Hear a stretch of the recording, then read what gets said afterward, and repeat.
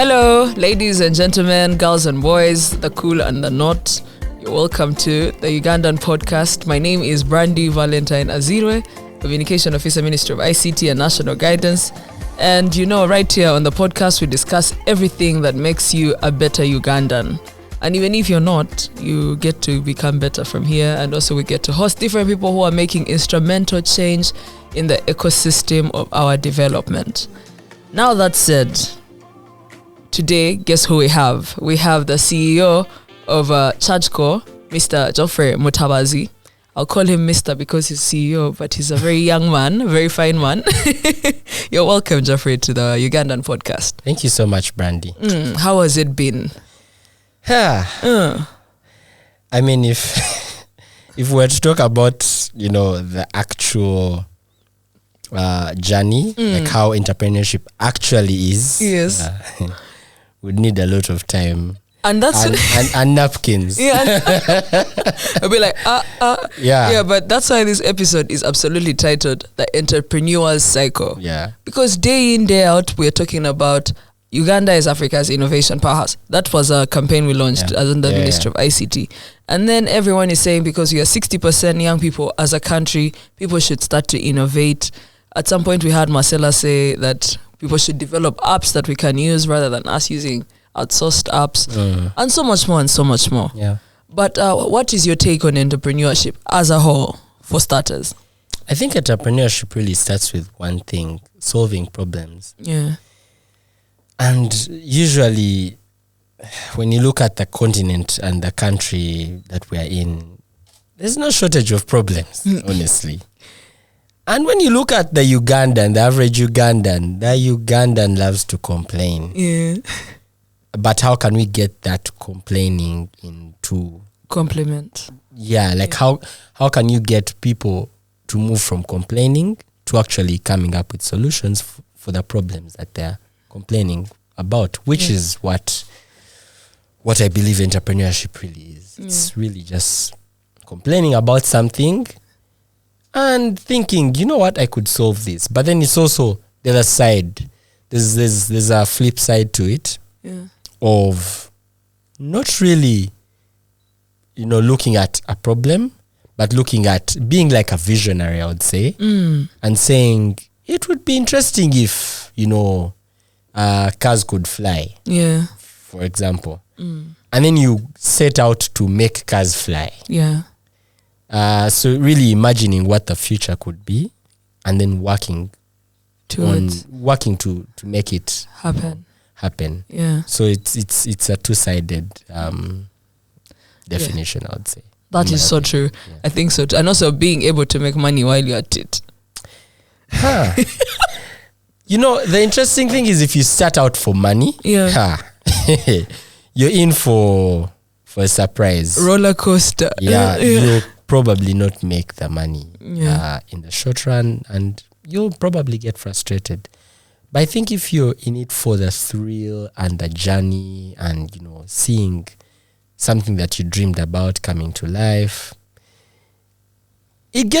money is like a byproduct, but it's not, everything. But if you don't make money with your business, then it's just an expensive hobby. Yeah. So there needs to be sustainable. It needs to make money. Yes. To have going concern, to keep running without you injecting in your own money the whole time. But it doesn't have to be all about money. Yeah, money should be one of the components, but I think it should be more about one, solving the problem that you set out to solve, or bringing about the future that you dreamed of. Creating. So money is... It's a give and take. Yes. Yeah.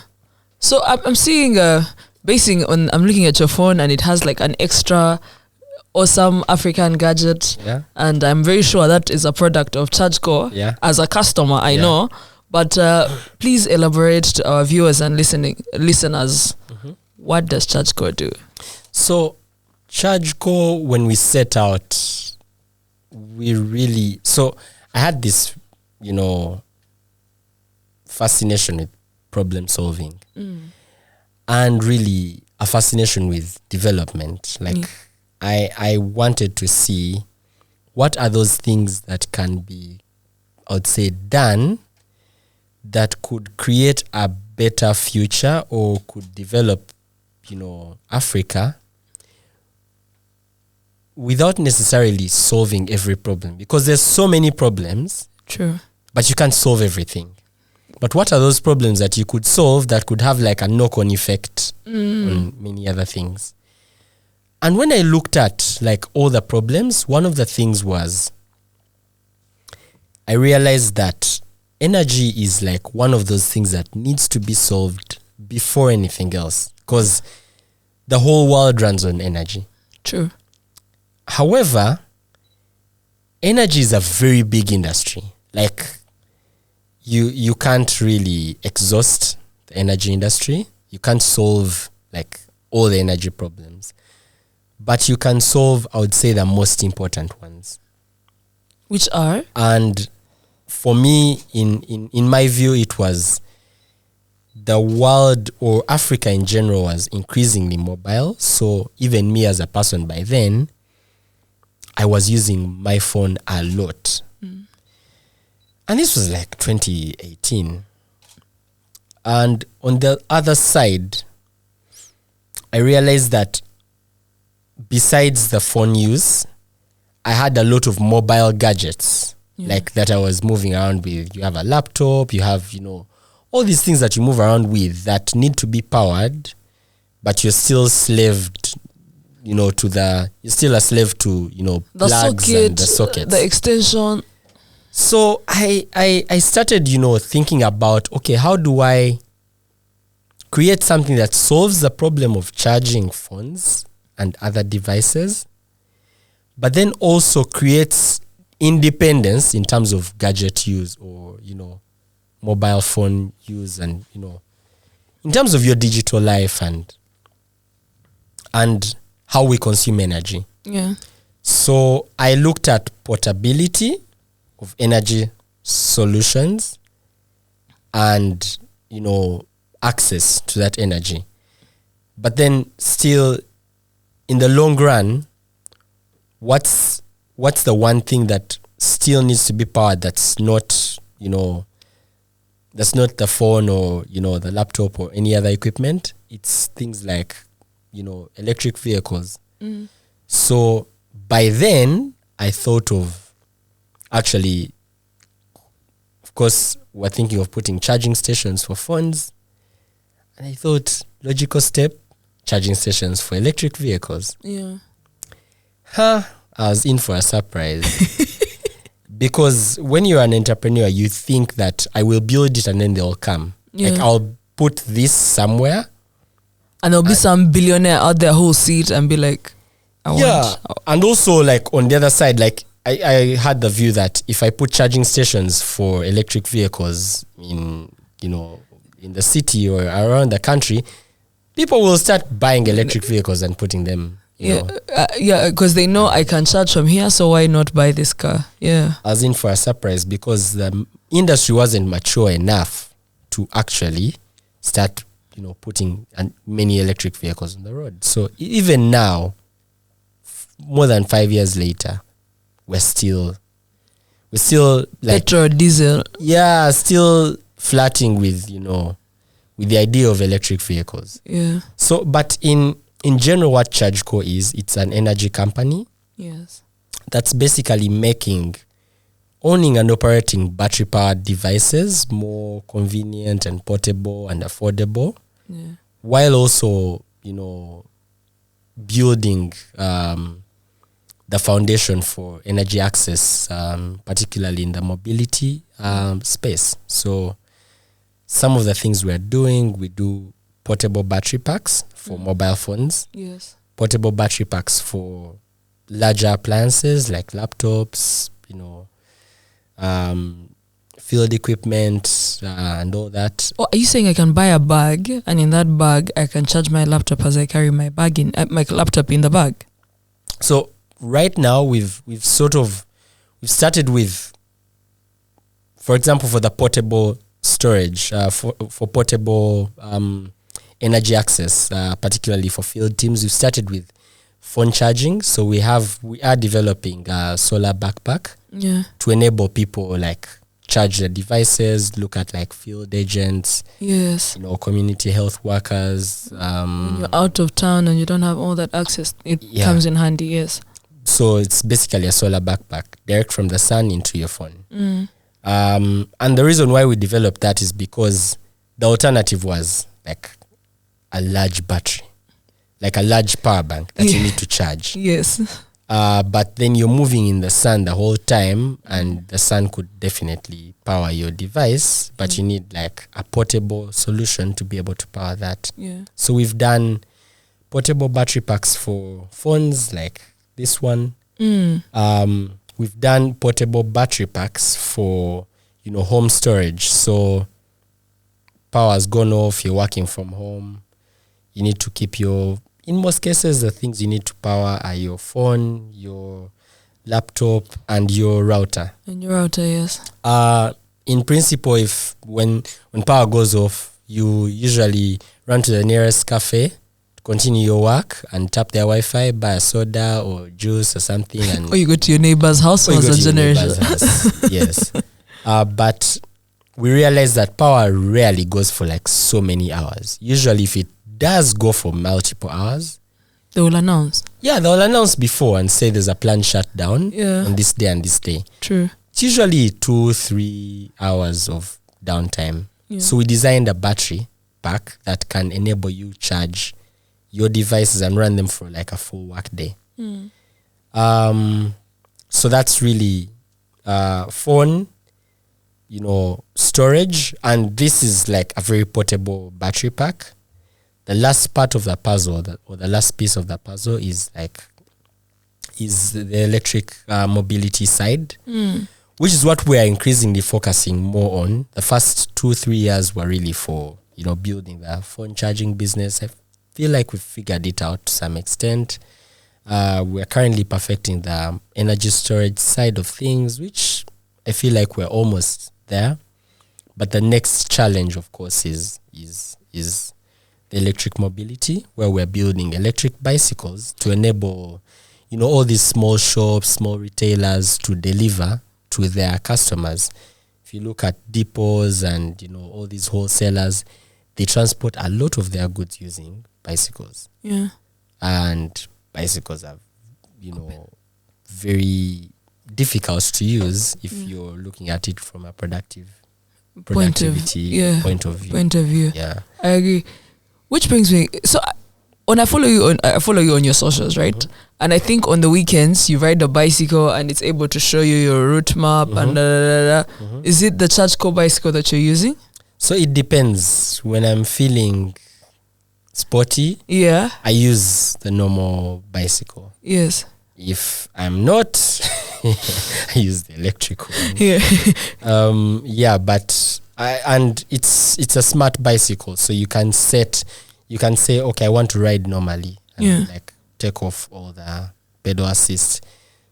You get to some point and you're like, no, this suffering is not for me. I was a soft life ambassador. Exactly. Then you turn on soft life mode. Yeah. So it's one of the products that I mean, it's still interesting. So I definitely have to ride it around and actually, feel how it performs. Go up all these steep Kampala hills. Go off road a bit. I'm glad you get to do it yourself as Mr. CEO, because then someone else would have to do it for you, and then you have second-hand information. Exactly. And okay. Then what? My next question is, what opportunities have been availed / created due to ChargeCo? I mean, for me, it's been, when I started this business, particularly the phone charging side of the business, it was something that no one was doing commercially. Yes. Like, it was available in terms of, small sockets that these mobile money agents use to charge people's phones, and you leave your phone there, then they put like a sticker written, they write your name on it.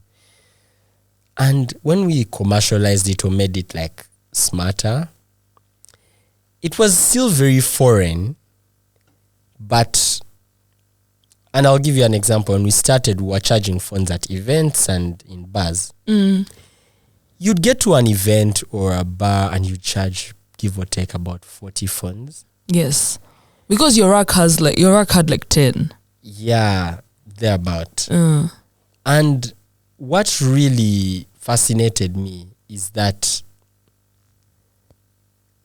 at the end of the day, even when you've not made that much money, you'd ask yourself, if my solution wasn't available, what would these people have done? That's true. Like, how would they have powered their devices? Yes. And that was, for me, that's for me the ultimate opportunity. Employment is one thing, but nowadays we're moving more towards a society of quality of jobs and less of quantity of jobs, right? Yes. However, what we've also enabled people like in rural areas to do is there's these people in like village savings groups that, you know, save together, live in the same community. And when it comes to charging their devices, most of these are women. When it comes to charging their devices, they have to walk to a trading center every day. If they have a smartphone, that is. Yes. Leave the phone there to charge for maybe 1 or 2 hours, walk back and pick it and come back. And with smartphones, you know you have to charge it every day. You have to charge it every day or else you'll be offline. Exactly. Simple. So it then created like a usage problem because a lot of people couldn't, you know, spare that time to go and charge their device. But when we introduced power banks and built a swapping network within the community, yes, it enabled one person who has a solar system that can only charge 2 phones at a time to basically charge extra power banks for everyone and then swap for, so when your power bank runs out, you take it back. They give you a charged one. Exactly. Yeah. Within your same community. So what that creates, one, it creates an income stream for the person with a small solar system or with a grid connection. 2, it saves these women from actually having to leave the farm, having to leave the home to go charge their device. Yes. And it also creates a lot more opportunities for them to access digital, you know, like digital services. Connectivity, blah, blah, blah. Yeah. And for me, that was like the major thing. And when we went to do some user interviews with one of our partners, a company called Kifon, one of the things that we realized is that so there's a group that we distributed the power banks and mobile phones to, and within the month before, the few months before they got the power banks, about 3 phones out of 30 had been lost, and 2 were stolen at charging points. Hey. After we introduced the power banks, no phone was lost because they didn't have to take their phones to a particular someone or a particular place, yes. Which was really interesting. And then one of the things that really shocked us was people had started even creating subscription packages. How? On their own. Like someone says, if you were to swap your power bank, it's 500 shillings. Yeah. But pay me maybe 2,000 or 5,000 for a month. Yeah. Since I have solar, I can charge for you. I can swap for you an unlimited number of times. Yes. In a month. Yeah. And this is not something we went and told these people. This was something that they came up with on their own as a business model, you know, done by them. Yeah. And for me, those are some of the changes that, or, you know, some of the impact stories that keep me, you know, going and just looking at the impact. But then lastly, we've been like testing the electric bicycles. And for the one rider that we started working with, at the start he had no income wasn't really making that much, was hustling here and there. We gave him a bike and said, you know what? We've given you a bike, create some opportunity for yourself. And interestingly, over time, he started by delivering for one of our pilot customers, delivering food. We got him that opportunity. And then next up, he started delivering the power banks to customers in town. Yeah. And making some money off that too. And then he enrolled with a company that does loan collections. Yes. And in the morning, he would go collect loans, like follow up on loan payments from debt collector. vendors. Yeah. Yes. Yeah. From like 11 or midday till like 3, he would do his food delivery. Yes. And then anytime he gets in between there, he would do power bank delivery. So his day is actually swamped. Yes. Yeah. So he was like filling up all these bus slots. Yeah. With activity. Yeah. And now he's able to make some money every day. He's able to rent his own apartment. He has his own small house. He's able to even build his ecosystem. Exactly. And you see that's some of the change that you see. It could be one person or two. Yes. But when you look at that on a scale of, let's say we put 1 million bicycles on the road, right? What would that do for, the millions of young people that are unemployed, and of which most of these young people, that the young unemployed youth are 18 to maybe 22, 23 years old. Yeah, but those ones are supposed to be in school sincerely. Yeah, but are they? Most of them. Yeah, they're also the most energetic. Yeah. So they have time, they have energy, they have creative auras and stuff. Yeah. And even when you look at like the developed world, most of the students don't just study. They study and work. That's true. I think impact wise, that's like in terms of opportunities we've created, it's only the beginning, and I feel like for entrepreneurs it really comes from a point of like when you're building this business, you're looking at what's the next thing I can do. Like just never settling and saying, oh, we've done this and we're stopping there. Keep on looking for the next challenge. And we keep on doing that at any one time. All right. So what things bring you joy? What are your hobbies? Cycling. Well, adventure, I would say. That's how you ended up at Nyege Nyege. Yeah. mainly for work, but I'm more of an adventure person. Yes. And interestingly, I started my first business when I was about 14 years old. What were you doing? This is going to probably land me in jail, but and by the way, you're at the source. We just have to call the guy at the gate. Well, what I actually did, I was studying at my career college. Yeah. So I had video games. Yes. I loved video games. Yes. And what I would do is I had a computer at home. So I would get the video game disc I have, buy empty discs in town. Yes. Copy, like make, copies and sell them. Yes. To my fellow students. Would they be able to play them as well? Yes.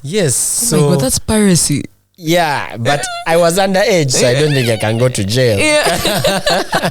You are an old person then? Yeah. You're a new person now. Yeah, but that was really the first business I did. And back to the things that bring me joy. I do love video games and gaming. So that's like one of the things I do for fun. But I started off by, selling video games and software. Yeah. Wow. All pirated. Wow. We're going to anyway. You're so lucky. You're above age now. So please tell Paul that piracy is not good. Yeah, but piracy is not good. Yeah. Thank you. So, what are the 3 most important things that make a successful entrepreneur? I don't think.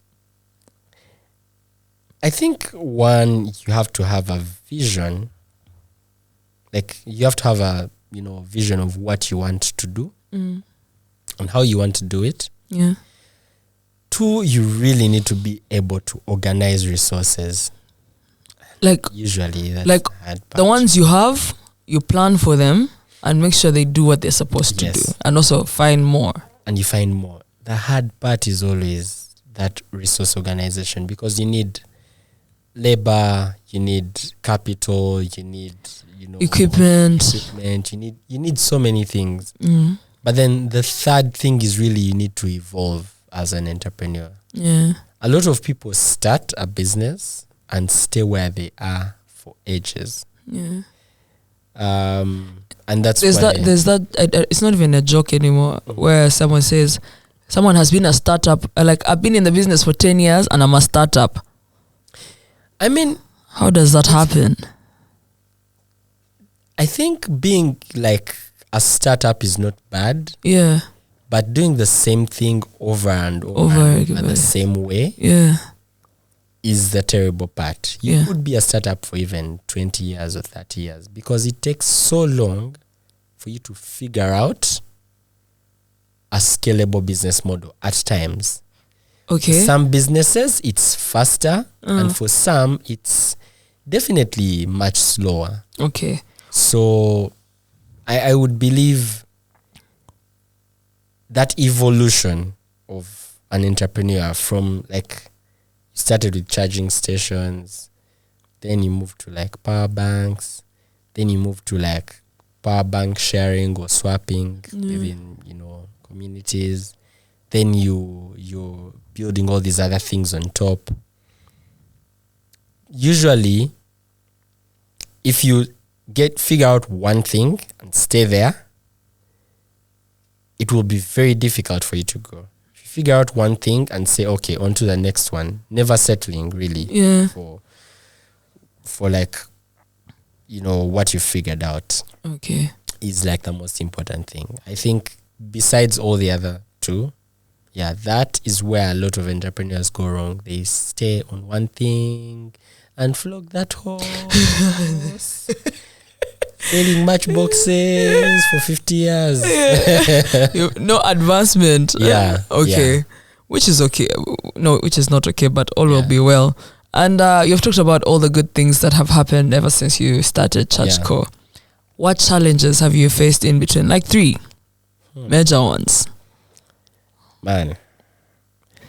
And please, there's no need. You can tell us your challenges without crying. Resource mobilization is definitely very difficult. Yeah. Like resources, in terms of, by resources, I've like batched up everything, like capital, labor, skilled labor. Yeah, like technology. Yeah. Mostly if you're in like a hardware business, it's very difficult. I mean, people keep... As I said, you can tell us your challenges without talking crying. about like, buy Uganda, build Uganda. Yeah. And in their mind, it's, make everything from Uganda, make the hairpins from Uganda, the screws from Uganda, the, everything. It should read at least 80% Uganda, 20% wherever. That takes ages to build. Yeah. Even the countries that have managed to build all these local ecosystems have not done it in one day. There's a reason why globalization has enabled like the world develop, because every country or every ecosystem has a competitive advantage. Yeah. There is that one thing that country, or that, even as an individual, you have things that you're good at. Yeah. But assuming that you can do everything and still do it better than everyone else is usually like wishful thinking. So one of the challenges that we've definitely faced is you want to do things locally, yes, but there is no ecosystem to enable you to do those things locally. true. Like in a case of like hardware development, there are a lot of things that you cannot like have localized, but you kind of have to find a way to utilize some of the resources you have available in your ecosystem, and over time, start moving all that. So one of the biggest challenges has been localizing that, like starting from, a bit of local design and foreign manufacturing. Yes. And then starting to bring that in step by step. Are That's you usually talking the hard part. more like import substitution? Yeah, but in a more smart way. Because you cannot just say we're going to make these mics from Uganda. All of it from The parts from this mic come from so many different companies. Your mic actually says Australia. Made in Australia, you see. But I'm sure, like the steel or whatever, the metal, the plastic, the screws, the chip inside, the cables are all from very many different companies that are not in Australia. Yeah. So if you take it as a step by step, process, you're more likely to succeed compared to wanting to do it all in one go. Yeah. There's that saying that says if you want to go far, move as a team. No, if you want to go far, move alone. But if you never mind. That one. Yeah, but really for us it's been that deliberate, effort to localize a few things, but also understanding that there are a lot of things that you cannot do locally. Yeah. And you kind of have to balance your ambition. So it's capital and resources from outside to basically resources. Yeah. That's like the biggest challenge. Yeah. And I would say the second biggest challenge has been getting people who believe in you. Yeah. And are willing to put their resources where their mouth is. Take a cente all hour. Exactly. Yeah. And besides that, like, because a lot of people will want to see nice things, coming from Uganda, but also, honestly speaking, a lot of people associate foreign with better. That's very bad. So you find that, someone will incentivize foreign investors a lot more than local investors. But on the flip side, getting local consumption. If you look at most of the companies that have really developed, or the entrepreneurs that have really built lasting businesses, charity begins at home. Yeah. Their first big, contract was probably from the government or like a large corporation in their country. Or some guy who owns a school in the country. Yeah. Or like from local home. Like home support. Yeah. We still need to build that, culture of there is no way these small startups or these companies in Uganda or in East Africa or in Africa can develop. Yes. If we don't buy from them. Yeah. If we don't support them by actually, voting with our money. Yeah. Because when you buy that carpet from a trader in Chikubo that's, making it somewhere in Nakasongola, for example, it enables him to buy a better machine, to make a better carpet, to hire better staff, to, develop a curtain that, I don't know, cleans itself, right? To I don't know. You enable him to do better as well. Exactly. Yeah. So that support is still lacking in terms of trusting homegrown companies with a lot of responsibility. However,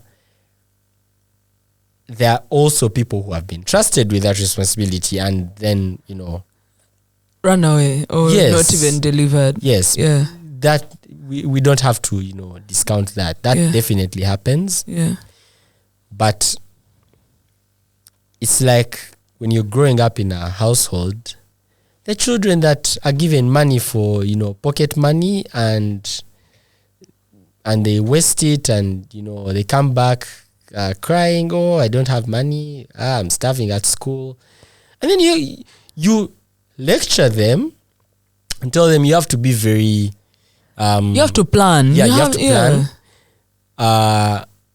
And then you give them more money. Yes, right? yes. Like you can't say... And hope that they're going to do better now. Exactly. Yeah, So it's really disciplining the ecosystem to be able to deliver, but also trusting your ecosystem to actually take on a lot of these opportunities. Yeah. I think all these challenges are valid and are things that we can hope for the best for, really. Yeah. In it. Yeah. Yeah. So which brings me to your... So I know as another challenge you left out. When entrepreneurs leave the workforce, they're like working 9 to 5 every day. No, thank you. And then all of a sudden you have a 24-hour job. Yeah, but that's not a challenge. It's not a challenge? That's how things are. Yeah, because anyway, it's already your hobby, so why not? Yeah, like when you sign up for entrepreneurship, you sign up for all that. Yeah. Like there is no way you're going to, get the nice life and also, get the progress. Yeah. You have to choose one. Pick a struggle. Yes. There's a friend of mine who says, he's called Vusi. He says that you can have your excuses or you can have the results. Yeah. But you can't have both. You can't have both, yeah. Also, that's true. That's very true. Say, I wanted to sleep, but I also want to, make $1 million this year. Yeah. But I want to have both. You can't. No thanks. Yes, I agree. How do you stay on top of trends? I would say I concern myself with knowing what's happening. Yes. But then I also talk to a lot of smart people. Yes. Like people that know what's happening, people that understand the trends. Yeah. I also listen to a lot of podcasts and read like a lot of books. One of my everyday carries is Kindle, ebook reader. Like every time I get some time, you read something. I read something. I have my earphones. When I get some time, I'm on a border running to a meeting. Yeah. That English is so wrong. You're on a border running. Well, rushing for a meeting. Yeah. Okay, but I feel you. I was just disturbing you. Yeah. Yeah. So I try to plug, some, knowledge. Yeah. Do you like music? Yeah. What are your top 3 songs? Quick fire. Yes, 3. I think Hall of Fame. Hall of Fame by The Script. Yeah, and Will I Am. Yeah. I think Kulosa. Yes, my Oxlade. And one more. And one more is an interesting song called Tuli Kubigere. Yeah. Bali Mumotaka Fetuli Kubigere. Yes. By A-Pass. Yeah, it's a very, because it like really brings out the message of the struggle. Yes. Yeah, like man, things are hard. No, and you guys look alike. Yeah, so so I do listen to a lot of music while in between your podcast listening and your knowledge enhancement. Yeah. Okay, I have one more question. No, 2. This is it. I had even to write it down somewhere. What is the hardest decision you've ever had to make? I make hard decisions every day. And I don't think No, the hardest. The hardest. Please don't bring your girlfriend into this. Well, on the business side, Yes. it's definitely like the hardest decision I always have to make, I would say, is getting out of my comfort zone. Yeah. It is so easy to stay in the comfort zone. Yeah, like you'd want to, be in the familiar territory, do, what's familiar to you. And like, it's honestly one thing I struggle with as an individual, but I have to keep overcoming every single day because honestly, man, we are not born to suffer. I know come this life to suffer. But if you don't like seek that suffering out, then when it comes for you or when it comes your way, it's going to come on its own terms. Yeah. So if you say that I am going to build a business today and like do only the normal things that normal people do, when the suffering comes, which is hardship, you can't make rent, you can't do this, you can't do that, like the business is not growing as fast, taxes, what? Yeah, then I mean it has come on its own terms and you can't really control those circumstances. But if you seek out that suffering and say, you know what, I know at one point I have to pay taxes, so let me make the money now. Yes. Yeah. I know at one point I have to, transition into a new product because this product in 2-3 years will be obsolete. You start making that decision now. However, it's a daily struggle. It's not something you fully overcome. Because many people are really used to safety and normal things. And entrepreneurs are also normal people. Chose to do abnormal things. That's true. They're just they're extraordinary people doing ordinary things. Because then at the end of the day, because this should be ordinary things, like I should be able to power, like, but it takes an extraordinary person to think that this is a solution that we need as a people, and then going ahead and making it. Yeah, that's true. Yeah, so you've learned something from me as well. Of course. You've interviewed like how many people here? Okay, let's not go. You are so you have a competitive advantage. Yeah. You have so much knowledge from so many other people. It's me. That's me getting out of my comfort zone. Yeah, I think that's a good thing. Yeah, and I'm so glad you actually agreed to come. Thank you so much. Which brings me to our final. Before we come to the end of this podcast, do you have any words of hope, encouragement, love to innovators out there, or the young people, or someone who is listening or watching you on this podcast? I mean, it's two things for like anyone watching. I mean, there's so many people who have like problems that they complain about. And there's always that thought of, what, someone else will solve it. There's something that my dad has been very supportive of, like my business. Good for him. Things. We thank him.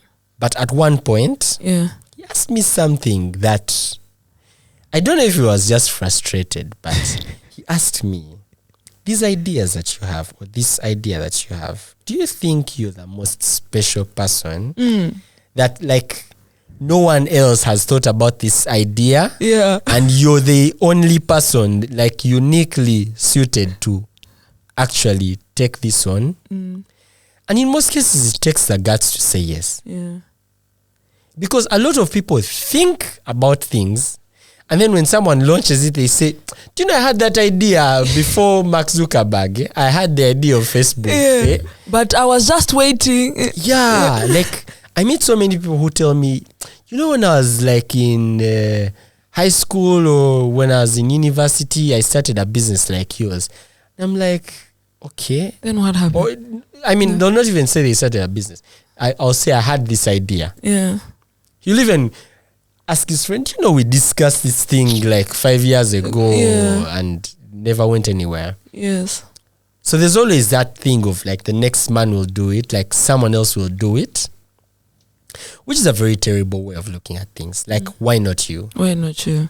I know that sounds like a motivational speaker. Clearly, you're now a motivational speaker. But I think for the entrepreneurs, it's very important to sort of build like a pack around you of like people in the same struggle. Yeah. Because if you look at how to like making change or how to develop an ecosystem, it's something you do as a joint effort. Yeah.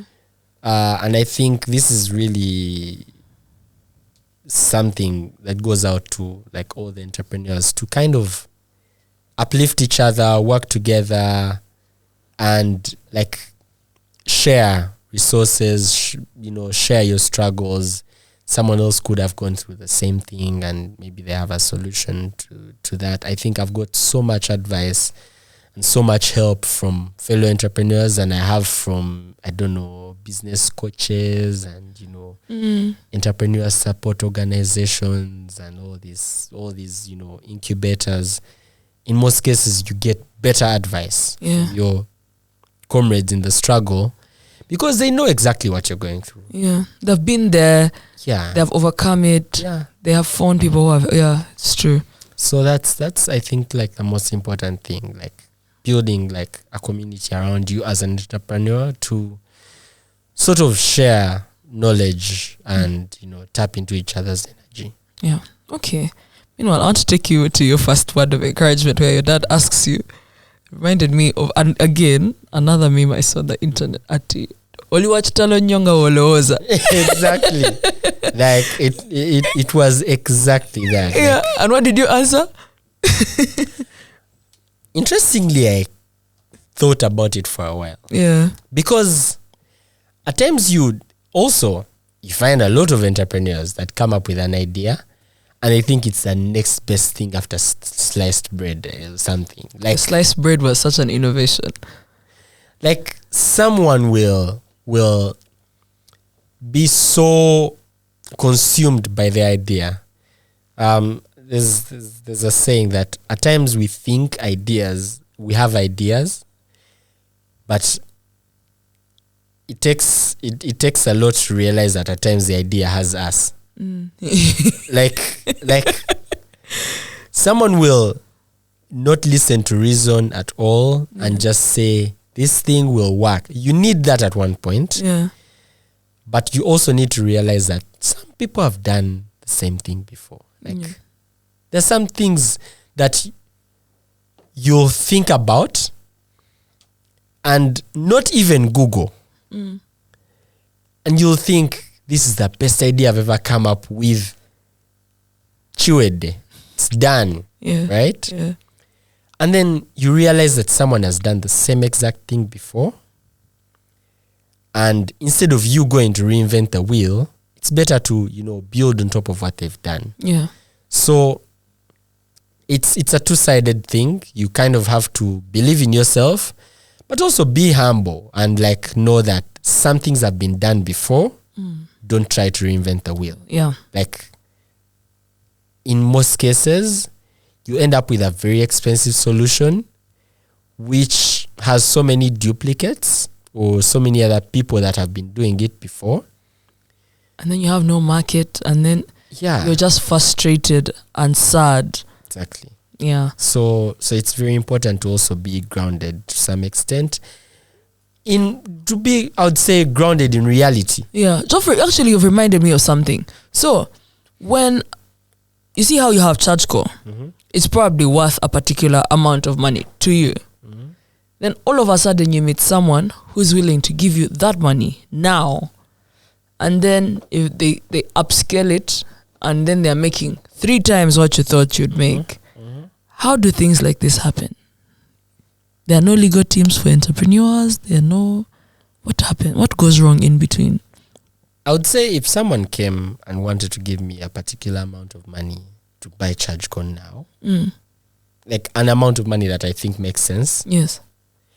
And keyword, they are able to make it 3 times bigger. Yeah. than I can, I'd sell it. But it's your baby. Yeah, but in most cases, you realize that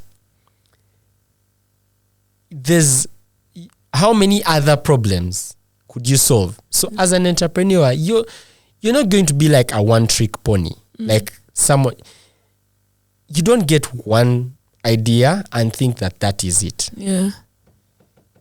An entrepreneur has the ability to keep generating multiple ideas. I have ideas every day. I see problems every day. There's no shortage of problems in the world. Yeah.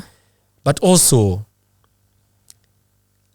if you're an entrepreneur and you cannot actually hand over the business to like someone else to run it, then there's a problem. Yeah. People sell their businesses every now and then. The selling could be listing on the stock exchange. You've literally sold your control. You can't control the business the same way you were controlling it before. Yeah. But if you see that this thing can go places or do more in someone else's hands, then why not? Yeah. However, it's also very important to know when to sell. I wouldn't sell now. Why? Because there's so much value that we are in the process of building. Yes. That if we sold now, all that value would sort of depreciate.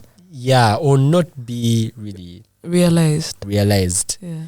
So knowing when to sell is very important, but it's also very important to know that there's a lot more that you can do besides the one idea. Yeah. Like before coming up with ChargeCo, I used to work in an ICT software company that was providing software for e-government and B2G, B2B, business to government, business to business. Yeah. Okay. And interestingly, while I was working in that company called SMS1, I realized that, so my boss then, David Mushabe, gave me so many, nuggets of wisdom and said, you know what, just come up with as many ideas as you can, right? Like, come up with an idea, write it down, evaluate it. If it doesn't make sense, drop it. So many people have ideas. Yeah. But your ability to become an idea generating machine is what makes you a better entrepreneur. Wow. Because if you can come up with an idea when everything changes, look at COVID. Yes. Like, things changed and so many businesses became irrelevant in like a week. In a snap of a finger. But there were those people who said, yeah, my business is irrelevant now, but I'm going to take time to actually, change things up and build another separate business that works in the now, right? Yeah. And the people who sat back and said, I'll wait for the market to reopen are the ones who actually suffered and didn't make it. Yeah. So it takes a lot to, you saw companies that turned their textile industries to mask manufacturing, moved from, making alcohol to making sanitizers. Yeah. People that moved their restaurants and small businesses home. Yeah. There are people who actually had a shop. They closed shop and picked everything from home, from the office or the shop, took it home and opened an Instagram page and a website. Exactly. No negotiation, because you're not seeing me. If it's 80K, give me my money, I send to your house. Send you a border guy to deliver to you. Yeah. And that's really what the entrepreneurship, mindset should be. It should be that you don't cling to one thing for too long. Yeah. Ideas are everywhere, and you could change direction in a snap of a finger and still be able to make things work. So it's the mindset that matters, not what you have at the moment. So people have boards every now and then. People get fired from their boards, from their companies, and life moves on. No, your life doesn't end. Yeah. Steve Jobs was fired from his own company, and then he went back. Yeah, and applied, and he went back better and changed things.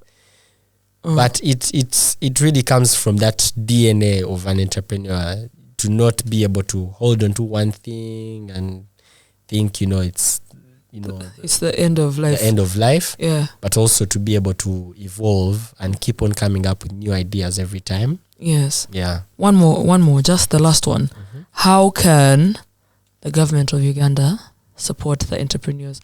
In just a minute, please. The first thing that the government should do is get out of entrepreneurs' way. Yeah. Like, mama. Yeah, like step away, let people do what they're supposed to do. But we're supposed to work together in order to develop our... Yeah. You see, government should be an enabler. Okay. Step away from what entrepreneurs are doing.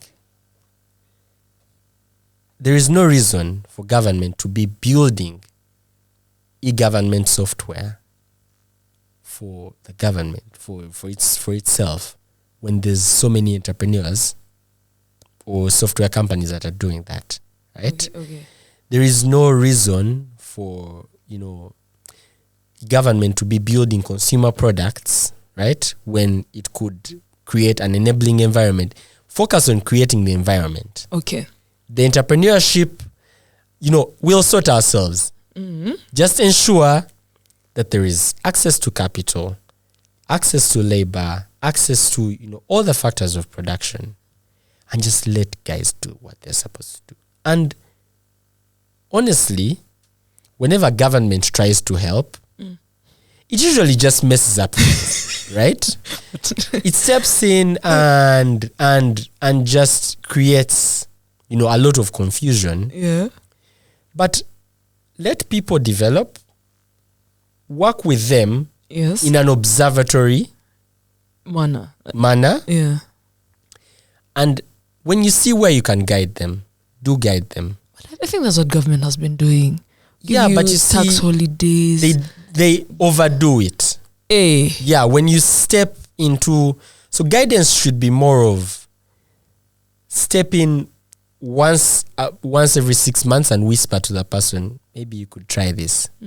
Whisper to the person, hey, there's an opportunity here. You could pivot to this, right? Yeah. But then on the other side, government is really supposed to... I'll give you an example of access to capital. Just access to capital. Local investment has been decimated and destroyed. Local investment in local businesses has been destroyed by government. Why? Why? Government is competing for the same capital with the businesses. Yeah. Banks see it as a much bigger opportunity to lend to government than to lend to individuals. Yeah. I mean to businesses. To businesses, yes. Even local investors would rather buy treasury bills and bonds than invest in your business, because government will give you, upwards of 14% per annum, risk-free. And then someone is coming and telling you, invest in my small business. Someone is like, your business could like close in a snap of a finger, right? Yeah. Why would I expose myself to that risk when the government is there? Like, I can invest in bills and bonds and get a clean 14-15% every year. If the government fails to pay, they'll print more money and give it to me. Geofrey, right? We're going to get out of here. No, but but that's true. In principle, government should look at empowering businesses. Yes. To be able to professionalize, to grow, to be very huge. If ChargeCo became $1 billion company that's exporting tech to, I don't know, the rest of the world, right? Imagine how much tax revenue the government would be getting from ChargeCo as a business that can then be used to, fund the budget and, develop the country, right? Yeah. If you want to borrow from the people that would have funded ChargeCo, you're basically killing the funding sources for the company, right? Okay. And at the end of the day, you'll not get the taxes because there's nothing to tax. Yeah, okay. So that's what government can do. Like, get out of our way, stop competing with us for capital. Yeah. Play an observatory and enabling role. Yeah. But still, government has done well to some extent. However, not as a collective. Yeah. There are parts of government that are working. I would say Ministry of ICT is doing well. Yeah. The new leadership is, I would say, really switched on. Yeah. People like Uganda Investment Authority are doing well. Yeah. On the system side, URA is actually doing well. Yeah. People like Internal Affairs is doing well in terms of processes. Like, there are a lot of, as a citizen, there are a lot of government branches that I would look at and say, wow, these guys are doing well. And then there are some guys who are just making your life harder. Exactly. Yeah. Like, there's one, like, it's 3 steps forward, 2 steps back, right? Yeah.